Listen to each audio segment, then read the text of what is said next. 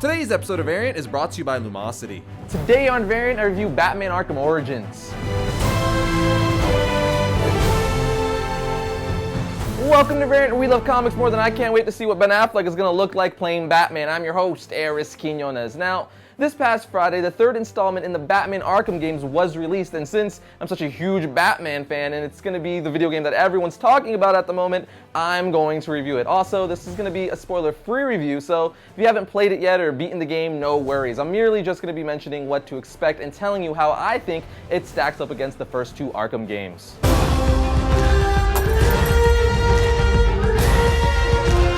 Let's start off with the setting and or plot for the game. The game is a prequel to the previous two Arkham games. It's based about 7 years before the events of Arkham Asylum. Batman is on the verge of completing his second year of crime fighting, and for the most part he's used to fighting criminals that are weaker and slower than him, which all changes on Christmas Eve when the Black Mask puts a $50 million bounty on Batman's head with a one-night deadline. The bounty draws the attention of 8 of the best contract killers in the world: Deathstroke, Deadshot, Bane, Firefly, Killer Croc, Electrocutioner, Copperhead, and Shiva, who one by one Batman has to defeat while at the same time dealing with Anarchy, the Joker, the Penguin, and while earning the trust of Police Captain James Gordon. Now that I got the synopsis of the game out of the way, which most of you probably already knew anyway, let's talk about the gameplay. A lot of the gameplay takes place on the streets of Gotham City itself. There are some areas that players will find familiar, such as Old Gotham, but they will be different at the same time, as the events haven't unfolded yet that transform the landscape. For instance, like Arkham City hasn't been built yet. The game is very similar to the first two games overall, and everything we've come to know and love about the Arkham games are still there for the most part.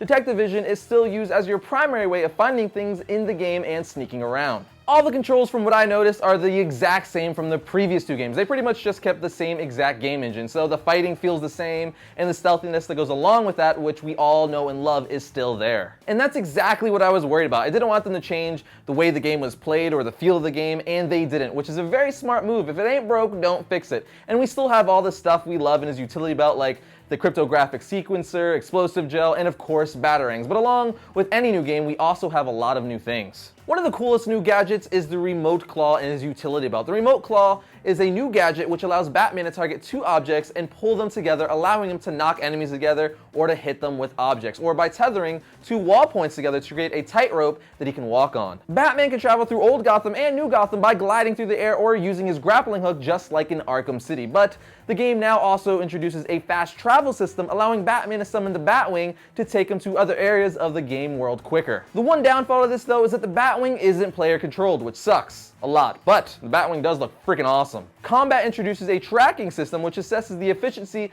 the player has in combat. XP is awarded for combos which can be used in an upgrade system to enhance Batman's skills and gadgets. The game offers new and improved side missions, including Crime in Progress, where Batman can assist the Gotham City Police Department to improve his reputation by accomplishing tasks such as rescuing police officers from a gang or preventing an informant from being thrown to his death. Or Most Wanted, which allows Batman to pursue villains outside the main story, such as the anti-government villain Anarchy, who plants bombs across the city. The new game features an emphasis on detective skills. Batman can scan a crime scene using his detective vision to highlight points of interest, and holograms act out theoretical scenarios of the crime that occurred. The crimes can be reviewed on the Batcomputer in the Batcave at the player's leisure, allowing the player to view the scenes from different angles in slow motion or pause it while looking for clues to advance and solve the crime, which really does make you feel like you're Batman, because you're really having to look and study the footage to solve what's going on. And for the first time ever, we have a Batman Arkham game that features online multiplayer, one mode called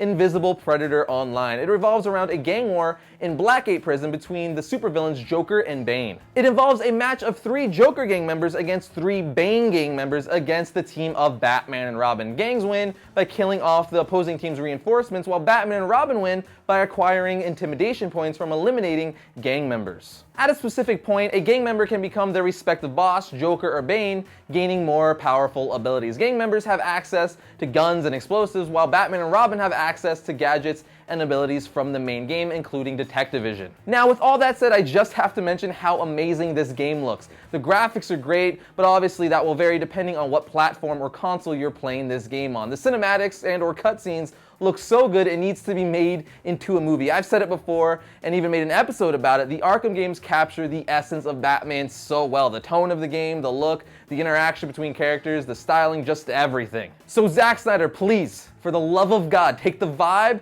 and tone of the Batman Arkham Origins, City, and Asylum games and apply it to your Batman in the upcoming Batman vs. Superman movie, and it would be perfect. Thank you, and good night. That good night wasn't for you, that was for Zack Snyder. I'm not done with you yet.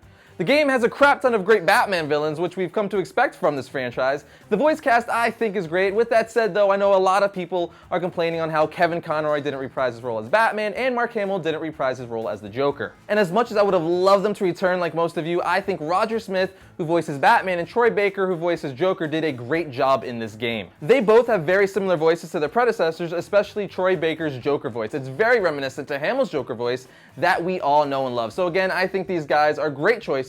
Batman and Joker are in good hands. The great Batman writer and writer of the Arkham games, Paul Dini, didn't write Origins, but nonetheless, I thought the story was still good, and it fit nicely with the rest of the series. I also really love the character design for this game. Batman's batsuit looks bamf. I think I even like it better than the Arkham Asylum and City batsuits. The Joker also looks really cool and menacing, and Deathstroke looks freaking awesome. I can't wait to get all three of their DC collectible action figures. Bringing my thoughts to a conclusion, I love this game. I think it's just as good as Arkham City, or maybe just below, because the story for Arkham City was just so amazing, and how it ended was nuts. But the game is definitely a must-have for any Batman fan, and a great addition to the Batman Arkham franchise.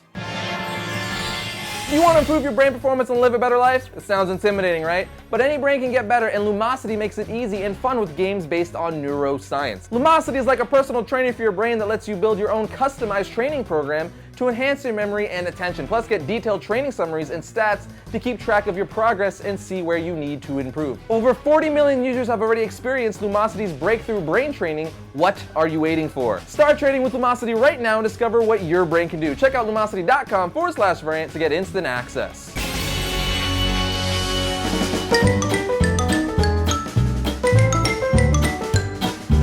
Did you know Frank Sinatra wanted to play the role of the Joker in the 1966 Batman TV series? Singer Frank Sinatra reportedly wanted to play Batman's main foe, but the role had already gone to Cesar Romero. This rumor was confirmed by Burt Ward, who played Robin on the show years later in an interview. Ward said Frank Sinatra was very upset because he couldn't play the Joker. What's really cool about this, though, is that it shows that one of the greatest singers of all time was a huge Batman fan.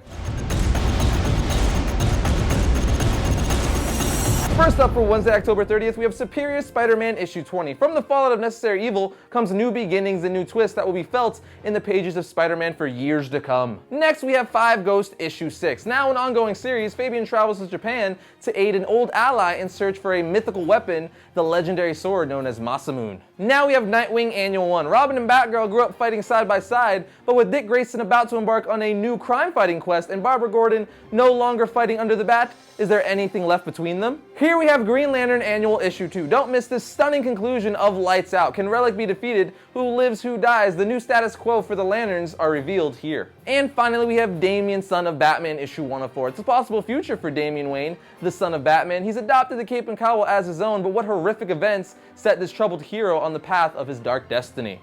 And now that brings today's episode to a close. But before I leave you guys, it's time to announce the winner of last week's Versus episode. 69% of you voted that Darkseid, King of Apocalypse, would come out on top. So there you have it, the winner of another Versus episode. But you can like our Variant Facebook page, keep up with the show and all things comic related. You can also follow me on Twitter at twitter.com/Arris_Quinones. Also, happy Halloween. If you're watching this after Halloween, however, then happy whatever day it is. But I'll see you guys next week when I talk about all things comics. On a gang war in Black Great Prison.